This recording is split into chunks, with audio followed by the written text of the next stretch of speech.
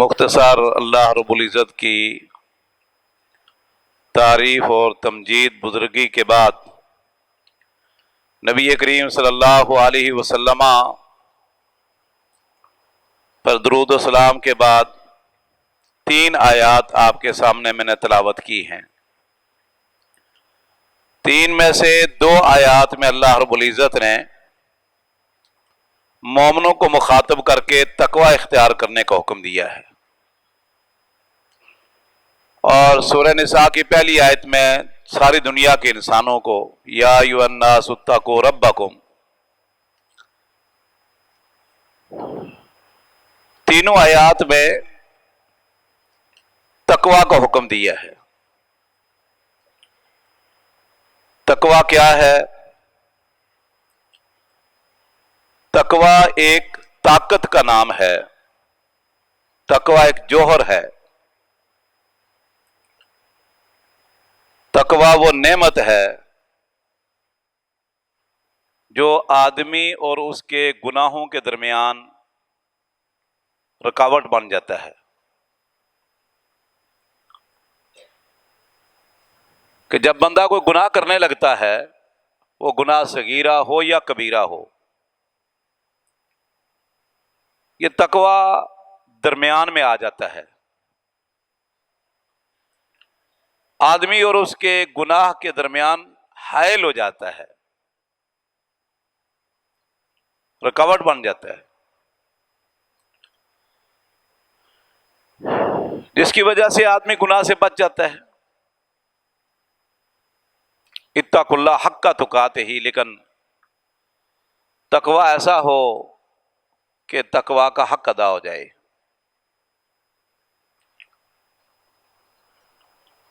قرآن حکیم میں اللہ نے فرمایا وَتَزَوَّدُوا فَإِنَّ خَيْرَ الزَّادِ التَّقْوَىٰ،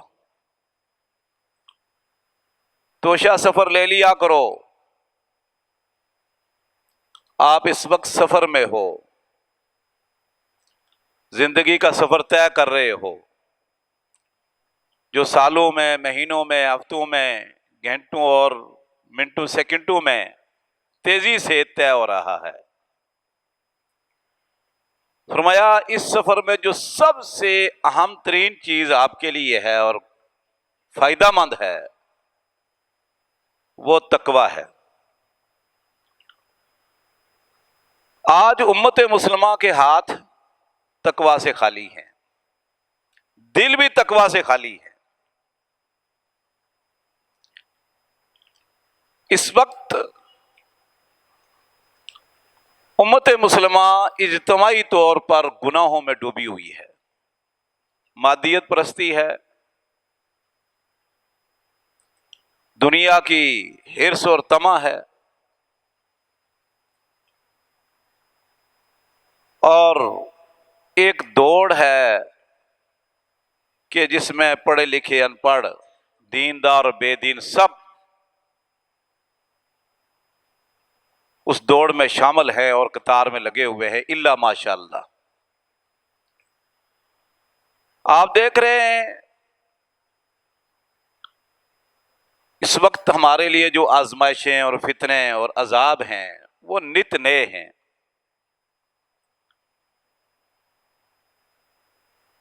پوری دنیا میں امت مسلمہ زبوں حالی کا شکار ہے، وسائل ان کے پاس، افراد ان کے پاس، ذہانت ان کے پاس، رب کی دی ہوئی ہر نعمت، اور سب سے بڑی نعمت نعمت اسلام ہے،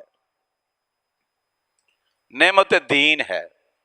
لا تہنوا ولا تحزنوا وانتم الاعلون ان کنتم مؤمنین۔ لیکن اس کے باوجود ابھی کچھ عرصہ پہلے خشک سالی اور قحط کا عذاب، کہ جانور مر رہے ہیں، لوگ مر رہے ہیں، اور اب پانی میں ڈوبنے کا عذاب، کبھی پانی سے ترس رہے ہیں، کبھی پانی سے مر رہے ہیں، اور ایسے ظالم حکمرانوں کا تسلط بھی یہ اللہ کے عذاب کی ایک صورت ہے۔ بہت سارے لوگ اللہ کے عذاب میں اور آزمائش میں اور فتنے میں فرق نہیں کر سکتے۔ کچھ لوگ اللہ کی آزمائش کو عذاب سمجھ لیتے ہیں، فتنہ سمجھ لیتے ہیں، اور کچھ فتنے اور عذاب کو بھی وہ معمولی سی آزمائش سمجھ لیتے ہیں۔ یہ بالکل برعکس ہے ایک دوسرے کے۔ قرآن حکیم میں اللہ فرماتے ہیں کہ کئی لوگ ایسے ہیں کہ جب میں ان کو آزماتا ہوں،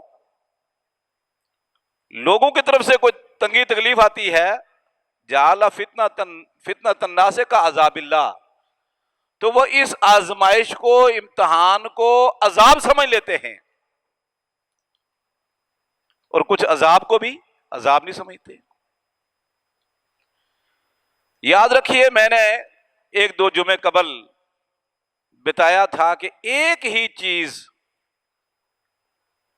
وہ بیک وقت ہمارے لیے فتنے کا سبب بھی ہے اور نعمت بھی ہے۔ مثال کے طور پر مال ہے اور اولاد ہے۔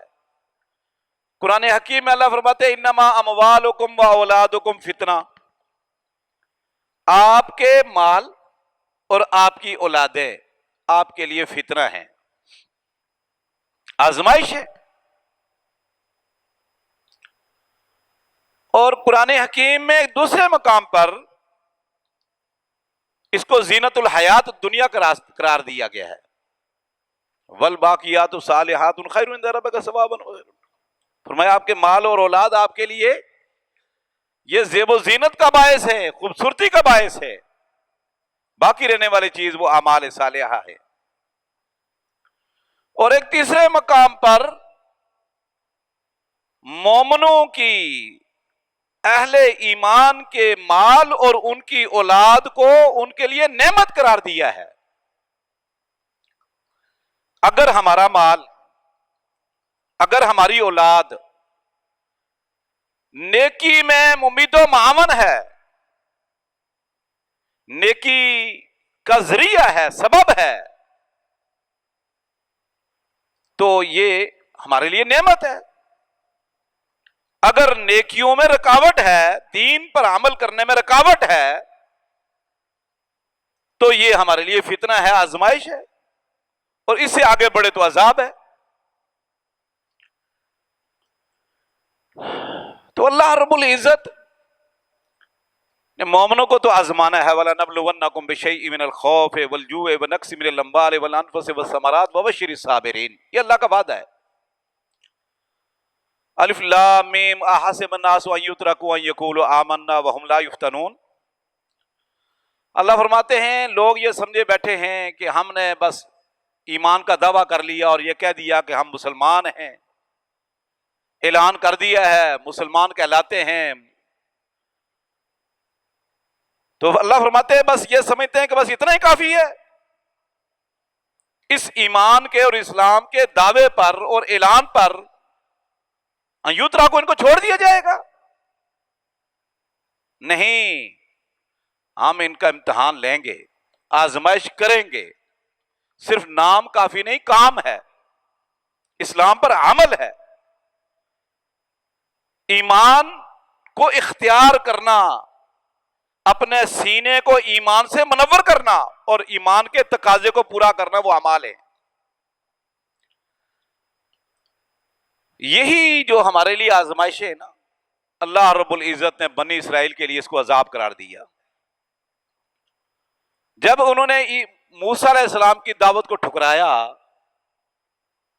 اور آگے سے ضد نافرمانی کی، توحید کو ٹھکرا دیا، تو نتیجہ کیا نکلا؟ مختلف عذاب آئے جو اس وقت ہم پر ہے۔ قرآن حکیم میں اللہ فرماتے ہیں سورہ توبہ میں، بلکہ سورہ انفال میں، فارسلنا علیہم الطوفان والجراد والقمل والضفادع، کہ بنی اسرائیل پر فرعون اور اس کی قوم، ارسلنا علیہم الطوفان، ہم نے ان کے اوپر طوفان بھیجا. اس وقت ہم طوفان میں ہیں، کہیں ہواؤں کا طوفان، کبھی پانی کا طوفان،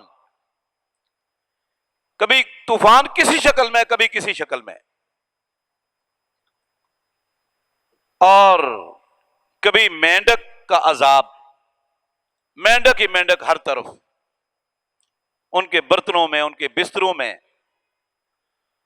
اور جوئیں اور سسریاں، ہر کھانے کی چیز میں جو سٹور کی ہوئی اس میں سسری پڑ گئی، کپڑوں میں جوئیں، سر میں جوئیں، اور ودما. اور اللہ فرماتے ہیں کہ ایک پانچواں عذاب بھی میں نے ان کو دیا، خون کا. جب کھانے کے لیے بیٹھتے اس میں خون کی بدبو، خون کا ذائقہ. دودھ جو رب کی نعمت ہے پینے لگتے اس میں خون کا ذائقہ اور خون کا رنگ اور بدبو. لیکن اللہ فرماتے ہیں یہ 5 تو ان پر عذاب اللہ نے بھیجے. ہر عذاب کے بعد وہ موسیٰ علیہ السلام سے کہتے کہ آپ دعا کرو، اگر یہ مصیبت ٹل گئی تو ہم ایمان لے آئیں گے، آپ کی بات مان لیں گے. ایک عذاب آیا طوفان کا، ٹل گیا، کچھ عرصے بعد پھر مستی شروع کر دی. دوسرا عذاب آیا، موسیٰ علیہ السلام کے پاس آئے، دعائیں کی، عذاب ٹل گیا. پھر تو 5 عذاب یکے بعد دیگرے آئے ان پر، لیکن ان کی حالت نہیں سدھری، توبہ استغفار نے کی، اپنے رویے میں تبدیلی نہ لائے. وہ کفر، شرک، حرام خوری، رب کی نافرمانی، انبیاء کی مخالفتیں پھر شروع کر دیتے. پھر عذاب آتا، پھر منتیں کرتے، موسیٰ علیہ السلام کی دعا سے ٹلتا، پھر وہی کام شروع کر دیتے. یہی حالت مشرکین مکہ کی تھی. کئی عذاب اللہ رب العزت پر بھیجے، چھوٹے موٹے عذاب. وَلَا نُذِيقَنَّهُم مِّنَ الْعَذَابِ الْأَدْنَىٰ دُونَ الْعَذَابِ الْأَكْبَرِ لَعَلَّهُمْ يَرْجِعُونَ. اللہ فرماتے ہیں ہم چھوٹے چھوٹے عذاب بھیجتے ہیں، دون العذاب الاکبر، بڑے عذاب سے پہلے. کیوں یہ عذاب میں مبتلا کرتے ہیں؟ لعلہم یرجعون، تاکہ یہ پلٹ آئیں، یہ توبہ کر لیں، استغفار کریں، اپنے معاملات کو درست کر لیں، اخلاق کو درست کر لیں، یہ کفر کو، شرک کو، ظلم کو، زیادتی کو، ناانصافی کو چھوڑ کر رب کی طرف پلٹ آئیں، دین کی طرف پلٹ آئیں. لعلہم یرجعون. اللہ اکبر. قرآن حکیم میں اللہ رب العزت پوچھتے ہیں اولا یرون انہم یفتنون فی کل عام مرۃ او مرتین. اولا یرون، یہ لوگ دیکھتے نہیں، یہ غور و فکر نہیں کرتے کہ یہ ہر سال 1 یا 2 بار ان کی آزمائش ہوتی ہے، چھوٹے موٹے عذاب ان پر آتے ہیں، پریشانیاں، تنگی، تکلیف، مصائب ان پر آتے ہیں. ثم لا یتوبون ولا هم یذکرون. اس کے باوجود اپنی آنکھوں سے یہ عذاب، اس کا مشاہدہ کرنے کے باوجود، ثم لا یتوبون، نہ یہ توبہ کرتے ہیں، ولا هم یذکرون، نہ نصیحت حاصل کرتے ہیں، نہ سبق پکڑتے ہیں. نصیحت کیا ہے؟ آنکھوں کے سامنے سب کچھ برباد ہو رہا ہے، گھر برباد ہو گئے، سامان تباہ ہو گیا، جانور بہہ گئے، لوگ ڈوب گئے، بستیاں اجڑ گئیں، بھوکے ہیں، پیاسے ہیں، پانی میں ڈبکیاں کھا رہے ہیں، آہو بکا کر رہے ہیں، پکار رہے ہیں مدد کے لیے لوگوں کو. کوئی درختوں پر چڑھے ہوئے ہیں، کوئی کھمبوں پر ہیں، 2 3 دن سے کئی لوگ ایسے ہیں. اور جو اس عذاب میں مبتلا نہیں، وہ آنکھوں سے دیکھ رہے ہیں. ثم لا یتوبون ولا هم یذکرون، نہ توبہ کرتے ہیں، نہ ہی نصیحت حاصل کرتے ہیں. یہ تو اجتماعی عذاب اس امت پر نہیں آ رہا، وگرنہ پرانی امتیں جن گناہوں کی، ایک آدھ دو گناہوں کی وجہ سے جو قومیں برباد ہو گئی، تباہ ہو گئی، صفحہ ہستی سے مٹ گئی، آج وہ اکا دکا گناہ کی وجہ سے تباہ ہوئے، آج وہ سارے گناہ اجتماعی ہمارے اندر موجود ہیں، مسلمانوں کے اندر۔ کون سا وہ گناہ ہے جو اس وقت امت مسلمہ کے افراد میں نہیں ہے، ہمارے معاشرے میں نہیں ہے؟ بتاؤ۔ اللہ اکبر۔ بلکہ بعض اوقات تو ایسے ایسے گناہ بھی ہم کرتے ہیں کہ مشرکین مکہ کے ہاں تصور بھی نہیں تھا ان گناہوں کا۔ کئی ایسے گناہوں کی مثالیں ہیں احادیث میں اور سیرت میں، ان کے ہاں تصور بھی نہیں تھا، ہم کر رہے ہیں وہ گناہ۔ لیکن اللہ کا عذاب کیوں نہیں آتا؟ یہ اللہ کے نبی صلی اللہ علیہ وسلم کی دعاؤں کا نتیجہ ہے۔ دو چیزوں کا اللہ نے وعدہ کیا ہے قرآن حکیم میں۔ اللہ فرماتے وما کان اللہ لیعذبہم وانت فیہم وما کان اللہ معذبہم وہم یستغفرون۔ دو چیزیں ان لوگوں پر جو بڑا عذاب ہے، جو سب کو ایک ہی وقت میں تباہ کر دے، اس میں دو چیزیں رکاوٹ ہے۔ وما کان اللہ لیعذبہم وانت فیہم، اے محبوب پیغمبر جب تک آپ ان کے اندر موجود ہو ان کو عذاب نہیں آئے گا، بڑا عذاب نہیں آئے گا۔ یہ رکاوٹ ہے نبی کریم صلی اللہ علیہ وسلم کا وجود، حتیٰ کہ مومنوں کا وجود رکاوٹ ہے۔ اور دوسرا ہے وَهُمْ يَسْتَغْفِرُونَ، جب تک یہ توبہ استغفار کرتے رہیں گے، رجوع الی اللہ کرتے رہیں گے، گناہوں کی معافی مانگتے رہیں گے، ان میں توبہ استغفار کرنے والے لوگ موجود ہوں گے، عذاب نہیں آئے گا۔ عبداللہ بن عباس رضی اللہ تعالیٰ عنہ فرمایا کرتے تھے امانان، اللہ نے ہمیں دو قسم کے امن دے دیے ہیں عذاب نہ آنے کی، گارنٹیاں ہیں دو چیزوں کی۔ اکثر لوگوں سے فرمایا کرتے تھے، فرمایا لوگوں، ایک تو اللہ کی اس عذاب میں رکاوٹ محمد صلی اللہ علیہ وسلم تھے، اور اللہ کے رسول دنیا سے چلے گئے، یہ رکاوٹ تو ہم سے چھن گئی، اللہ کے رسول دنیا سے چلے گئے۔ لیکن فرمایا دوسری ضمانت عذاب نہ آنے کی، وہم یستغفرون، اللہ فرماتے جب تک یہ توبہ استغفار کرتے رہیں گے عذاب نہیں آئے گا۔ اللہ اکبر۔ صحیح مسلم میں اللہ کے نبی صلی اللہ علیہ وسلم نے فرمایا میں نے اللہ تعالی سے دعا کی، اے اللہ میری امت کو قحط میں مبتلا نہ کرنا کہ سب کا صفایا ہو جائے، قحط کی وجہ سے، اس ناگہانی آفتوں کی وجہ سے سارے ختم ہو جائیں۔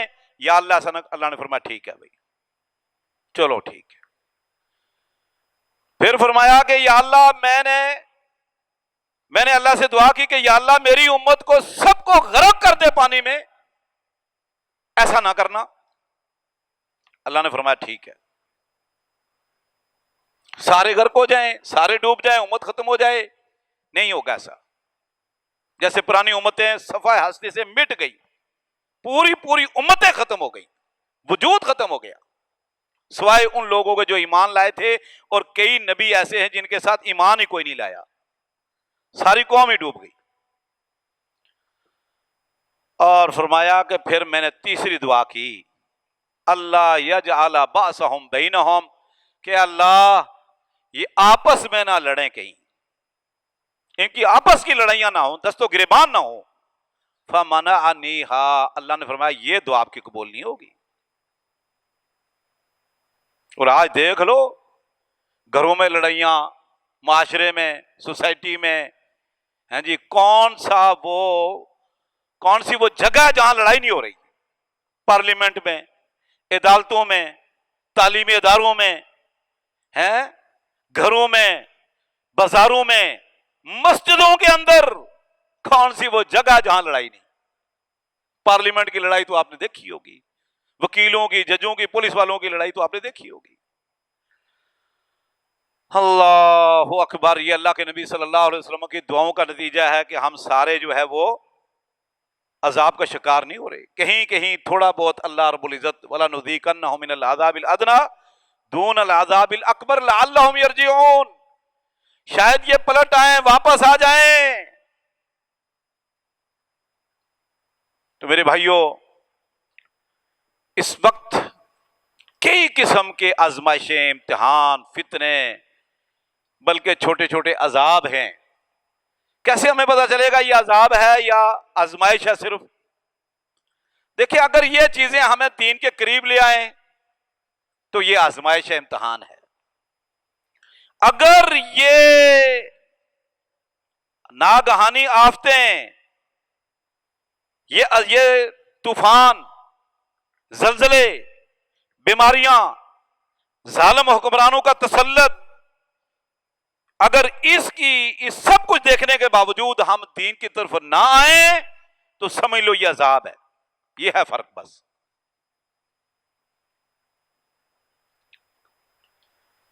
لیکن انفرادی تو الحمدللہ اس وقت بہت سارے لوگ اس کرۂ ارض پر ایسی پاک باز ہستیاں موجود ہیں کہ جو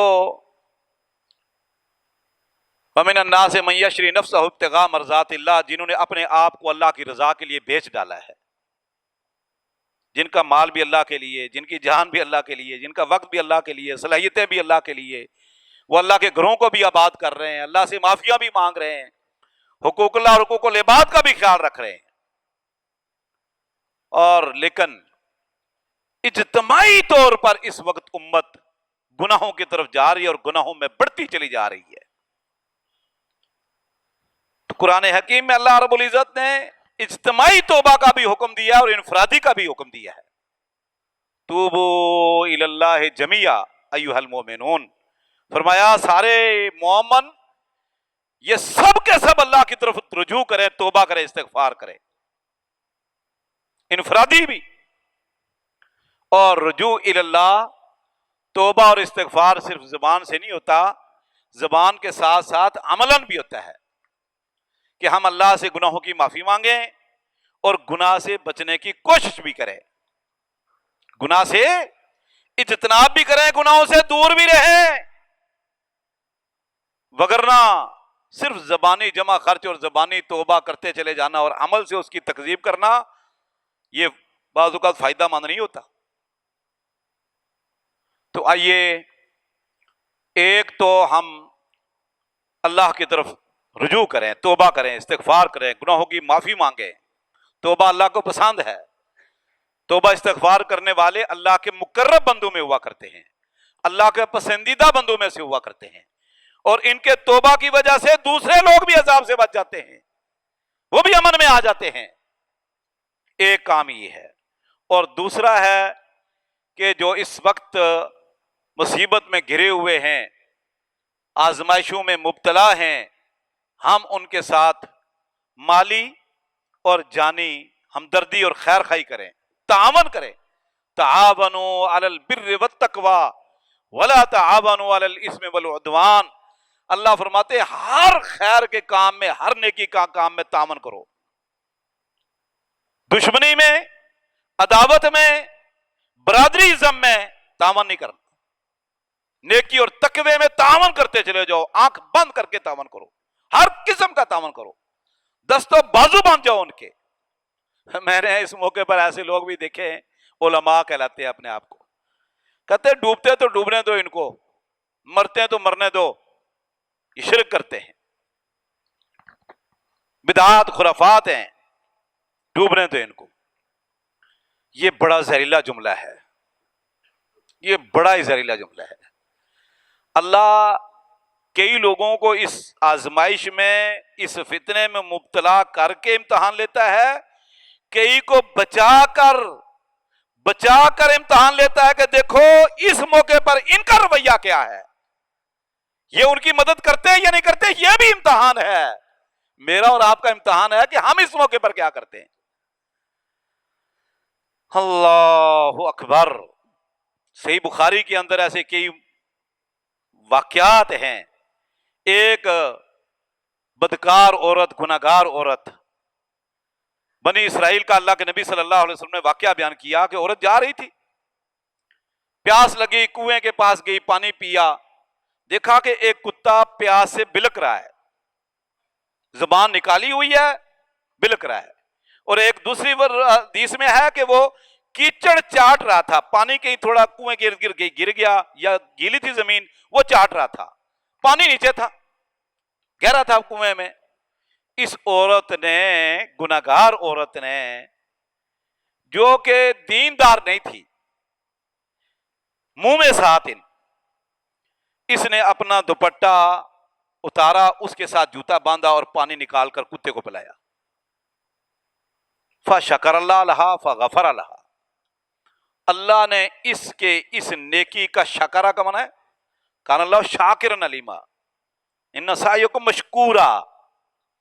تو اللہ نے اس کے اس عمل کی اتنی قدر کی، اللہ نے اس کی بخشش کر کے اس کو جنت میں داخل کر دیا. سبحان اللہ. اور صحیح مسلم میں واقعہ موجود ہے کہ ایک عورت نے بلی اس کو تنگ کرتی تھی، اور بلی تنگ آ کر اس نے گھر میں بلی بند کر دی، دروازے کھڑکیاں بند کر دی. بھوکی اور پیاسی، لا ہی اطعمتھا ولا سقتھا، نہ پانی پلایا نہ کھانے کے لیے کچھ چیز دی، بھوکی پیاسی تڑپ تڑپ کر بلی مر گئی. فادخلها اللہ النار، اللہ نے اس عورت کو جہنم میں داخل کر دیا. ادھر گناہگار آدمی کو، ایک آدمی کا واقعہ بھی صحیح بخاری میں ہے، اور ایک گناہگار عورت کو کتا ہے، نجس ہے، اور یہ ایسا کتا ہے کہ رسول اللہ صلی اللہ علیہ وسلم فرمایا اذا بلغ الکلب فی اناء احدکم فاغسلوا 7 مرات اولاہن بالتراب. اگر کتا آپ میں سے کسی کے برتن کو منہ لگا دے یا زبان داخل کر دے، چاٹ لے، اس برتن کو 7 مرتبہ آپ دھوئیں، پہلی مرتبہ مٹی کے ساتھ اور 6 مرتبہ پانی کے ساتھ، تب وہ برتن پاک ہوگا. اور صحیح بخاری مسلم دو ترمذی نسائی میں حدیثیں موجود ہیں. 7 جانوروں کو حرم کی حدود میں بھی اللہ کے نبی صلی اللہ علیہ وسلم نے قتل کرنے کا حکم دیا. اس میں سے ایک کتا بھی ہے جو کاٹنے والا کتا ہے، پالتو کتا نہیں، لوگوں کا آوارہ کتا. اب آوارہ کتا ہے، نجس ہے، برتن 7 مرتبہ دھوئیں، اور اس کو قتل کرنے کا حکم اللہ کے نبی صلی اللہ علیہ وسلم نے دیا، مدینے کے کتے قتل کر دو. اور ادھر ایک خاتون اور ایک مرد نے کتے کو پانی پلایا، گناہگار ہیں، اللہ کے نافرمان ہیں، لیکن اللہ رب العزت نے ان کے اس عمل کی قدر کرتے ہوئے ان کی بخشش فرما دی اور جنت میں داخل کر دی. اللہ اکبر. میرے بھائیوں، بڑے بڑے ہم اپنے سمجھتے ہیں ہمارے عقیدے، منہج ایسا ہونا چاہیے، ایسا ہونا چاہیے. بعض اوقات منہج میں بہت بڑی خرابی ہوتی ہے، اور ہم اللہ پہ سمجھتے ہیں کہ ہم بہت ہی بڑے پکے جو ہے نا وہ مومن ہیں، اور منہج ہمارا درست ہے. اب دیکھیں اللہ کے نبی صلی اللہ علیہ وسلم جب وحی اتری تو غار حرا میں جایا کرتے تھے. آپ غار حرا مکہ سے باہر ہے، پہاڑ کی چوٹی پر ہے، غار ہے. جبریل علیہ السلام نے آ کے دبایا، 1 مرتبہ، دوسری مرتبہ، تیسری مرتبہ دبایا، بخار چڑھ گیا، ٹمپریچر ہائی ہو گیا. فوراً گھر آئے، خدیجہ رضی اللہ عنہا المومنین کو فرمایا زمبیلونی دسے رونی، کو گرم کپڑا پہناؤ، مجھے تو سردی لگنے لگی، بخار چڑھ گیا ہے. میں کیا ہوا سرتاج؟ فرمایا آج کسی کوئی چیز مخلوق آئی تھی، کوئی جن تھا، کوئی چیز تھی، اس نے مجھے اتنا دبایا کہ میں نے موت کو محسوس کیا. بہرحال پہلے تو انہوں نے خود تسلی دی، اور انہوں نے جو اپنے شوہر کو تسلی دی نا، وہ لفظ صحیح بخاری کی ابتدا میں ہے، کتاب الوحی میں. کہنے لگی کلا واللہ لا یخزیک اللہ. اب اللہ کے رسول کو اس وقت تک نہیں پتا کہ میں نبی ہوں، ابھی تک نہیں پتا آپ کو کہ میں نبی ہوں. ما کنت تدری مل کتاب ولا ایمان. اللہ فرماتے آپ کو نہیں پتا کہ کتاب کیا ہوتی ہے، ایمان کیا ہوتا ہے، اور نہ آپ کی قوم کو پتا تھا. حتیٰ کہ جب اللہ کے رسول کو نہیں پتا تھا، اللہ کے رسول کی بیوی کو کیسے پتا ہوتا کہ یہ آپ خاتم الانبیاء ہیں، آخری نبی ہیں. جاہلی معاشرہ ہے، ہر طرف شرک ہے، بدعات ہے، خرافات ہے، زنا ہے، شراب خوری ہے، قتل و غارت ہے، گناہوں پہ گناہ سر عام کیے جا رہے ہیں۔ اللہ کے نبی صلی اللہ علیہ وسلم اس معاشرے میں رہتے تھے۔ زوجہ محترمہ خدیجہ فرماتی ہیں اللہ کی قسم اللہ آپ کو بے یار و مددگار نہیں چھوڑے گا، اللہ آپ کی مدد ضرور کرے گا، آپ پریشان نہ ہو، آپ کو کوئی نقصان نہیں ہو سکتا۔ کیوں؟ انک لتصل الرحم، آپ صلہ رحمی کرتے ہو، رشتے جوڑتے ہو، ناطے تعلق جوڑتے ہو، توڑتے نہیں۔ انک لتصل الرحم وتقری الضیف، مہمان نواز ہو، وتحمل الکل، بے سہارا معذور لوگوں کا بوجھ اٹھا لیتے ہو آپ۔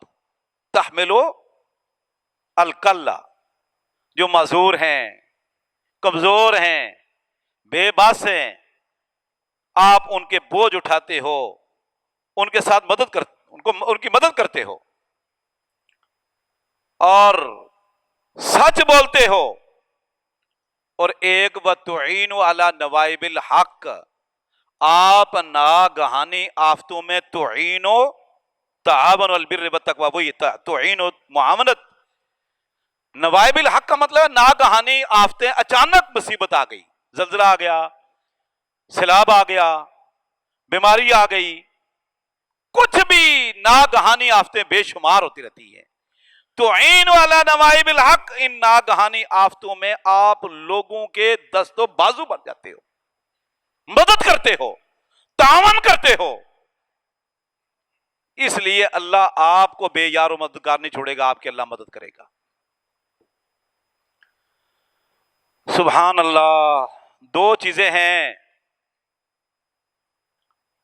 عذاب سے، آزمائش سے، پابندیوں سے، مشکلات سے، آفتوں سے بچانے والی، عزتوں سے نوازنے والی دو چیزیں ہیں۔ ایک تقوی ہے جس کا شروع میں نے ذکر کیا ہے، وَمَن يَتَّقِ اللَّهَ يَجْعَل لَّهُ مَخْرَجًا وَيَرْزُقْهُ مِنْ حَيْثُ لَا يَحْتَسِبُ۔ اللہ فرماتے ہیں جو تقوی اختیار کرتے ہیں، گناہوں سے بچ جاتے ہیں، گناہوں سے دور رہتے ہیں، اپنے دامن کو گناہوں سے، آلودگی سے محفوظ رکھتے ہیں، یجعل لہ مخرجا، اللہ تمام مسائل سے، پریشانیوں سے، آزمائشوں سے، پابندیوں سے، طوفانوں سے یجعل لہ مخرجا، نکال لیتا ہے۔ وَيَرْزُقُهُ مِنْ حَيْثُ لَا يَحْتَسِبُ، اور ایسے ذرائع سے روزی دیتا ہے کہ اس کے وہم و گمان میں بھی نہیں ہوتا۔ یوسف علیہ السلام کو ان کے بھائی مارنا چاہتے تھے، پھر کنویں میں ڈال دیا کہ جان نہیں چھوٹے گی، پھر وہ فروخت ہوتے ہوئے مصر میں بادشاہ کے گھر پہنچ گئے، عورت نے دعوت گناہ دی، فرمایا معاذ اللہ۔ اس موقع پر اللہ کو یاد کیا، اللہ کو یاد کیا، دامن کو پاک رکھا، چھینٹا نہیں پڑنے دیا، گناہ آلود نہیں ہوئے، رب کو یاد کیا، اتق اللہ ومن یتق اللہ یجعل لہ مخرجا۔ اللہ نے فرمایا پریشان نہ ہو، آپ دروازوں کی طرف مڑو، یجعل لہ مخرجا، اللہ سارے دروازوں سے آپ کو نکالتا جائے گا، دروازے خود بخود کھلتے گئے، یجعل لہ مخرجا وَيَرْزُقُهُ مِنْ حَيْثُ لَا يَحْتَسِبُ۔ یوسف علیہ السلام کے اور ان کے بھائیوں کے وہم و گمان پہ بھی نہیں تھا کہ میں بیت المال کا چیئرمین اور آئندہ میں مصر کا بادشاہ بن جاؤں گا اور روزی تقسیم کروں گا۔ صرف روزی دی نہیں، روزی دینے والے بن گئے، تقسیم کرنے والے بن گئے۔ وَيَرْزُقُهُ مِنْ حَيْثُ لَا يَحْتَسِبُ۔ اور تیسرا کام یہ جو ابھی میں نے ختیجہ رضی اللہ تعالیٰ کے جملے آپ کو سنائے کہ جو دوسروں کی مدد کرتا ہے، صلہ رحمی کرتا ہے، مہمان نواز ہے، اور مسکینوں کو، بیواؤں کی مدد کرتا ہے، ان کے بوجھ اٹھاتا ہے، دستے بازو بن جاتا ہے، رب غیب سے ان کی مدد کرتا ہے۔ میں اکثر سوچتا ہوں کہ اس وقت جو ہماری جماعت ہے، نہ ہمارا کسی کافروں سے کوئی رابطہ جی، نہ ہمارا کوئی بادشاہوں میں کوئی ہمارا مددگار، دنیا میں کوئی نہیں ہے، سب ہم سے ناراض ہیں، سب اپنے بیگانے دشمن ہیں، اپنے بھی خفا مجھ سے ہیں، بیگانے بھی نہ خوش، میں زہر ہلاہل کو کبھی کہہ نہ سکا کند، سب ناراض، سبھی بگڑے ہوئے ہیں، لیکن ایک اللہ ہے کہ عزتیں دے رہا ہے، اور یجعل مخرجا، ایک آزمائی سے آئے پھنسے نکل گئے، دوسری سے آئے پھنسے نکل گئے، نکلتے چلے جا رہے ہیں، اور اللہ رب العزت روزی بھی دے رہا ہے، اور بہت اچھی روزی دے رہا ہے اللہ کے فضل و کرم سے۔ وَيَرْزُقْهُ مِنْ حَيْثُ لَا يَحْتَسِبُ، وہم و گمان میں بھی نہیں تھا کہ اللہ کیسے ہمارے وسائل پورے کرے گا، رب دے رہے۔ اس کی وجہ کیا ہے؟ وہ اما جان نے بتائی تھی، کلا واللہ لا یخزیک اللہ انک لتصل الرحم، جی یہ چیزیں ہیں جو صحیح بخاری کی پہلی حدیث ہے۔ اللہ اکبر، یہ چیز اللہ کو بڑی پسند ہے۔ دیکھو نا، اللہ کبھی دے کے آزماتا ہے، کبھی لے کے آزماتا ہے، یہ دونوں اللہ کی آزمائشی ہوتی ہے۔ تو اللہ رب العزت نے آپ کو یہ توفیق عطا فرمائی، آپ کی جماعت کو اللہ نے توفیق عطا فرمائی، آپ کے بیٹے اور بھائیوں کو اللہ نے یہ توفیق عطا فرمائی ہے۔